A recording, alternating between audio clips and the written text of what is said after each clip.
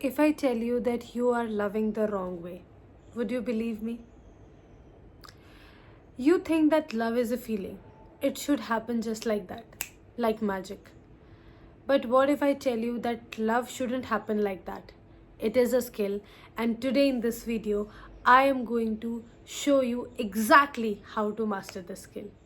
So welcome to today's video. My name is Jyoti Yogi Bhardwaj, your relationship and intimacy coach. और आज हम बात करने वाले हैं रूल नंबर 3 की. हम एक सीरीज चला रहे हैं 8 रूल्स ऑफ लव बाय जय शेट्टी, और उसमें आज हम बात करेंगे रूल नंबर 3, जहाँ पे हम जानेंगे प्यार क्या होता है, 4 फेजेस ऑफ लव क्या होते हैं.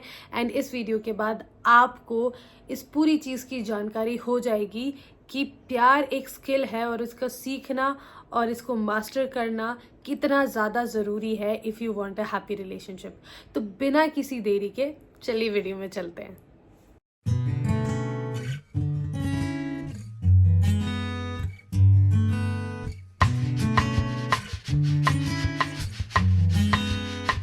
Let me ask you a question. What is the biggest myth about love?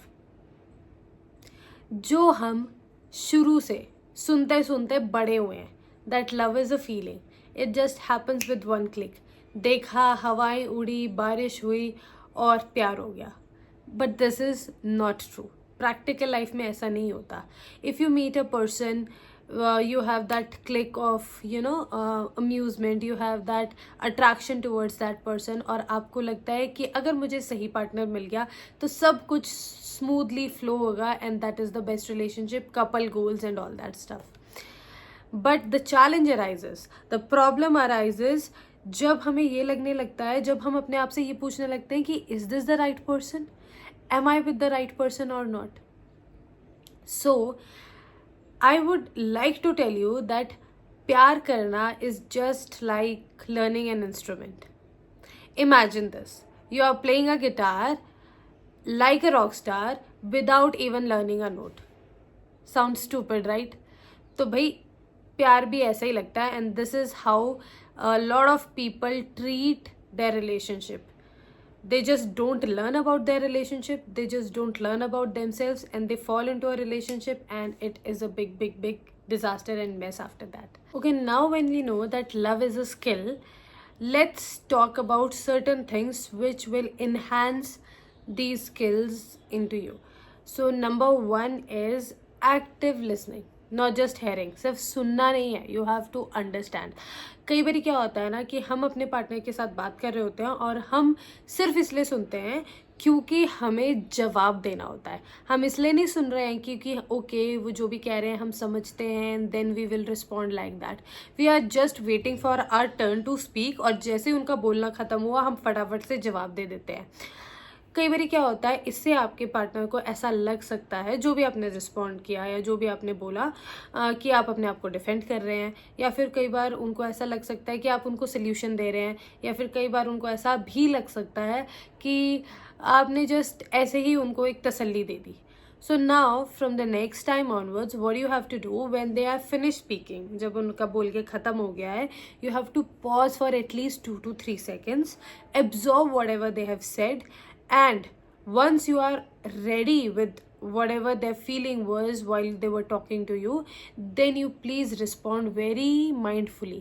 सोच के उनको जवाब दीजिए, because this is very important into your relationship. Your partner shouldn't feel unheard. Second skill is that you have to express your needs clearly. उनको please बताइए कि आप क्या चाहते हैं. प्लीज़ अज्यूम मत कीजिए कि उनको ऑलरेडी पता होगा. कई बार क्या होता है ना कि हम लोग ये सोचते हैं कि हमारे पार्टनर को ये चीज़ें तो पता ही होनी चाहिए ना. This is automatic. अगर वो एक रिलेशनशिप में है, हम प्यार करते हैं एक दूसरे को, तो उनको ये पता होना चाहिए. उनको पता होना चाहिए कि मेरे साथ टाइम स्पेंड करना है, उनको पता होना चाहिए कि फ्लावर्स लाने, उनको पता होना चाहिए चॉकलेट्स लाने. But they are not mind readers. You have to actually tell them that what do you like. देखिए, मैंने पहले भी एक वीडियो में इस चीज़ के बारे में बात की है कि there are different love languages. आपके पार्टनर की लव लैंग्वेज डिफरेंट हो सकती है, maybe they are expressing love in some different way जो आप नहीं समझ पा रहे हो। तो प्लीज़ उनको बताइए कि आप इस रिलेशनशिप से क्या एक्सपेक्ट करते हैं, what are your needs. So once you start expressing, they will understand and they will start reacting और responding in the same way. So rather than expecting them to do something which you want without even telling them, start telling them. तो बजाय इसके कि आप उनसे रूठ जाएं ये बोल के कि यार तुम तो मेरे साथ टाइम स्पेंड ही नहीं करते, आप उनको ये बोलिए कि I would love if you will spend quality time with me. चलिए डेट नाइट पे चलते हैं, या लॉन्ग ड्राइव पे चलते हैं, या let's have a cosy dance together. So start expressing your needs.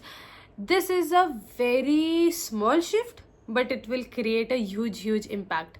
मुझे कमेंट सेक्शन में ज़रूर बताइएगा कि आप ऐसी क्या चीज़ अज्यूम कर रहे हैं कि आपका पार्टनर आपके लिए करे और आप उनको बता नहीं रहे. जैसे for an example for me, मैं रिलेशनशिप के स्टार्टिंग में ऐसे करती थी कि I would want my partner to bring flowers and chocolates for me, ऐसे ही कभी भी सरप्राइज देने के लिए. थर्ड स्किल है कि कॉन्फ्लिक्ट को आप कैसे मैनेज करते हैं. You have to be a pro in managing conflicts. rather than defending yourself in any kind of argument, please try to listen to them what they are saying. Please try not to be very defensive and please don't come into that attacking mode कि तूने ये किया, तूने ऐसा, तू वैसा, तेरा ये. Okay, listen to what they are saying. Calm them down. Argument होना या फाइट्स होना किसी भी रिलेशनशिप में बहुत ही नॉर्मल और नेचुरल है. और जब आर्ग्यूमेंट्स होते हैं या कॉन्फ्लिक्ट्स होते हैं तो उनको रिजॉल्व करना भी हमारी रिस्पॉन्सिबिलिटी है, because we are two people. आपके थॉट्स हमेशा मैच करें ये ज़रूरी नहीं है. आर्ग्यूमेंट्स एंड लड़ाइयाँ झगड़े हो सकते हैं रिलेशनशिप में, बट आप उनको मैनेज करें, उनको और ज़्यादा बड़ी फाइट्स में ना तब्दील करें. आपको उनको मैनेज करना है by calming yourself down, breathing and telling them that you are listening to what they are saying and just talk about it. आप अपने भी विचार रखिए. डिफेंसिव होना या अटैकिंग मोड में आना चीज़ों को और ज़्यादा बिगाड़ देता है. So listen to them politely, tell them that you are there, take a pause and then respond to whatever they are saying. Please अपने दिमाग में ये बिठाइए कि आप दोनों एक टीम हो. आप दोनों दो अलग अलग लोग नहीं हो. आप दोनों को एक टीम में रह के उस प्रॉब्लम से लड़ना है, एक दूसरे से नहीं लड़ना. राइट? सी, प्यार का कैसा है ना, प्यार इवॉल्व होता है लेकिन हम प्यार के साथ इवॉल्व नहीं होते. I just want to ask you one question. हम में से कितनों को ऐसा लगा है कि हमारा जो रिलेशनशिप था वो शुरुआत में इतना अमेजिंग था, लाइक फेरी टेल, और जैसे जैसे हम आगे बढ़ते गए हमारे रिलेशनशिप में चीज़ें बदलती गई. ये हमें इसीलिए लगता है क्योंकि हमारा प्यार तो इवॉल्व हो रहा है टाइम के साथ, लेकिन हम लोग इवॉल्व नहीं हैं. हम उधर ही स्टक हैं जब हमने ये जर्नी शुरू की थी. So imagine like driving a car और विदाउट लर्निंग इट. आपको बिठा दिया गाड़ी में, now you don't know how to handle the hurdles. आपको ये नहीं पता कि जब स्पीड ब्रेकर आ रहा है तो गियर डाउन करना है. आपको ये नहीं पता कि गाड़ी में फ्यूल ख़त्म हो रहा है तो फ्यूल भरवाना है. और जब आपको ये बेसिक चीज़ें नहीं पता होंगी तो obviously you will crash. Similar thing happen in a relationship. Now when we know that it is a skill and we need to learn it, हमें ये जानना होगा कि कब कौन सी चीज़ राइट टाइम पे हमें करनी है ताकि हम भी प्यार के साथ साथ इवॉल्व हो सके, टाइम के साथ साथ इवॉल्व हो सके और अपने रिलेशनशिप को एक बेटर स्पेस में ला सके. सो जैसा कि मैंने कहा कि प्यार टाइम के साथ इवॉल्व होता है, तो अब हम 4 स्टेजेस के बारे में बात करेंगे जो टाइम के साथ प्यार में आते हैं. Like the first stage is infatuation stage, जहाँ पे प्यार एक फेरी टेल लगता है. This is called the honeymoon phase where everything looks perfect और हम प्यार में एक्चुअली अंधे हो जाते हैं. But basically this is a phase which will not last forever. This is also a reality, harsh reality.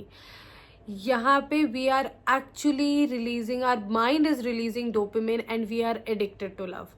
I would tell you one thing, please enjoy this phase but don't get addicted to it क्योंकि ये ख़त्म होने वाला है. और दूसरी चीज़, क्योंकि आप प्यार में हैं इसका ये मतलब नहीं है कि हम सिर्फ अच्छाइयाँ देखें.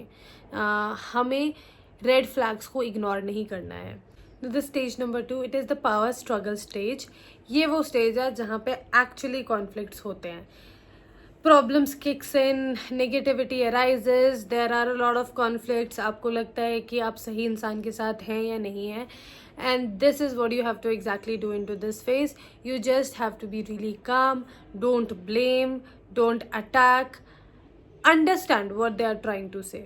कॉन्फ्लिक्ट्स को हैंडल कीजिए और ये सोचिए कि क्या ये एक डील ब्रेकर है या फिर ये जस्ट एक नेगेटिव इम्पैक्ट है ग्रोथ का जो आपको अनकंफर्टेबल बना रहा है. Is it just the discomfort और it is something which you have to stop right now.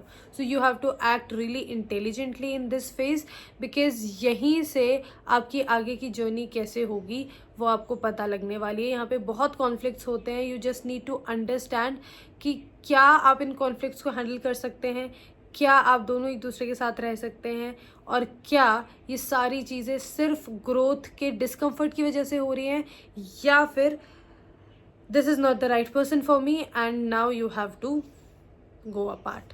Now comes the stage number 3, the stability stage. Congratulations, अगर आप यहाँ तक पहुँच गए हैं तो आप अपने रिलेशनशिप में एक बहुत ही डीप ट्रस्ट और एक अंडरस्टैंडिंग लेवल पर पहुँच चुके हैं. लेकिन यहाँ पे आपको एक चीज़ याद रखनी है कि क्योंकि आप इस स्टेज पे पहुँच चुके हैं, इसका ये मतलब नहीं है कि अब आप अपने प्यार में एफर्ट्स, अपने रिलेशनशिप में एफर्ट्स डालना बंद कर देंगे. Your love needs fueling and you have to prioritize your date nights, you have to prioritize talking with each other, you have to prioritize giving and spending time with each other. This is very, very, very important. Remember, I have told you that love keeps evolving. You with your partner has to evolve to make this a beautiful relationship. Now the last and the fourth stage is commitment stage. और यहाँ पे आप लोग you are very much bonded, strongly bonded with each other, and now you have been through all the hurdles of your relationship and now you know how to handle the hurdles and the conflicts. यहाँ पे आपको ये पता है कि प्यार बस ऐसे ही नहीं हुआ. This is actually a relationship which you have built and now you have to support each other to grow into your careers, into your health goals, into your financial goals, or whatever it is. You have to help each other, you have to grow yourself along with your partner. And यहाँ पे आपको अपने relationships में वो सारी चीज़ें एक दूसरे के साथ करनी है जो आप दोनों को इंडिविजुअल और साथ में जो आपके गोल्स हैं वो अचीव करने में आप दोनों को हेल्प करें. So this is extremely important. Now we are into the end of this video. और मैं जाने से पहले आप लोगों को सिर्फ यही पूछना चाहूँगी कि प्लीज़ कमेंट डाउन बिलो कि आप किस स्टेज में हैं और इस पूरे वीडियो का जो बेस्ट पार्ट आपको लगा वो प्लीज़ आप मुझे बताइए. Also I would request you to follow all the steps, all the things which I have told you in the beginning of this video. If you are in stage number 2, that is power struggle stage, it happens, conflicts happens, arguments happens, fights happens, but the thing is that you have to identify that जिस भी person के साथ आप हैं वो आपके लिए कितने सही हैं, आप उनके लिए कितने सही हैं, और म्यूचुअल अंडरस्टैंडिंग बिठाना, कॉन्फ्लिक्ट्स को रिजॉल्व करना, talking to them intelligently, taking deep breaths before responding, never attacking, listening actively, don't assume things. All these things are really important to build a strong relationship. So try these. Comment down below if you want anything from my end, and I'll be there to help you. So with this, I would like to end this video, and I hope आप लोगों को ये video पसंद आया हो. अगर आपने मेरे चैनल को सब्सक्राइब नहीं किया है तो प्लीज़ कर दीजिए, और like the video if you loved it, and comment down below. Share this video किसी को भी जिसको आपको लगे कि ये वीडियो हेल्प कर सकता है. I will see you in the next video. Till then please take care of yourself. I will see you.